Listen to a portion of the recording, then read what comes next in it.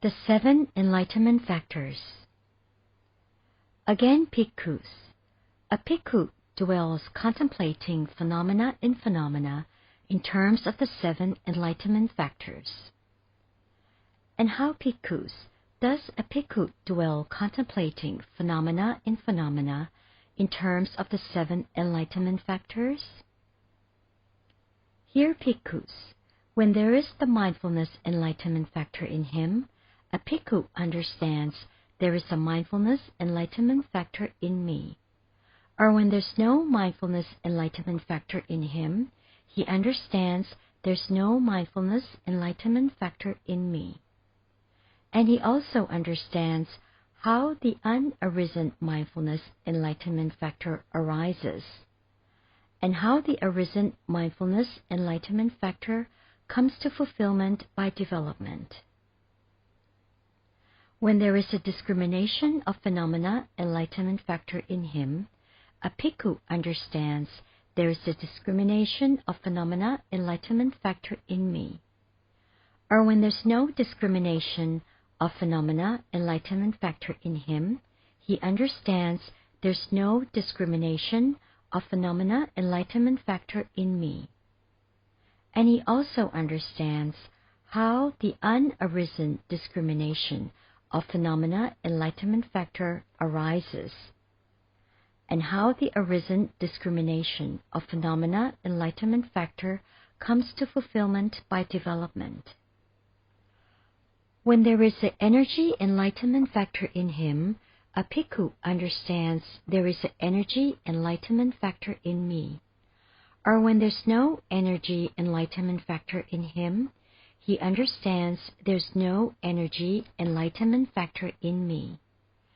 And he also understands how the unarisen energy enlightenment factor arises, and how the arisen energy enlightenment factor comes to fulfillment by development. When there is a rapture enlightenment factor in him, a bhikkhu understands there is a rapture enlightenment factor in me. Or when there's no rapture enlightenment factor in him, he understands there's no rapture enlightenment factor in me. And he also understands how the unarisen rapture enlightenment factor arises, and how the arisen rapture enlightenment factor comes to fulfillment by development. When there is a tranquility enlightenment factor in him, a bhikkhu understands there's a tranquility enlightenment factor in me. Or when there's no tranquility enlightenment factor in him, he understands there's no tranquility enlightenment factor in me. And he also understands how the unarisen tranquility enlightenment factor arises, and how the arisen tranquility enlightenment factor comes to fulfillment by development. When there is a concentration enlightenment factor in him, a bhikkhu understands there is a concentration enlightenment factor in me. Or when there's no concentration enlightenment factor in him, he understands there's no concentration enlightenment factor in me. And he also understands how the unarisen concentration enlightenment factor arises, and how the arisen concentration enlightenment factor comes to fulfillment by development.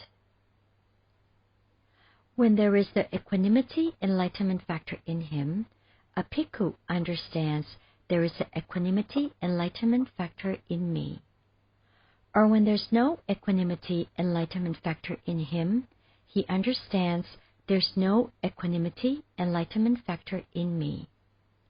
And he also understands how the unarisen equanimity enlightenment factor arises, and how the arisen equanimity enlightenment factor comes to fulfillment by development.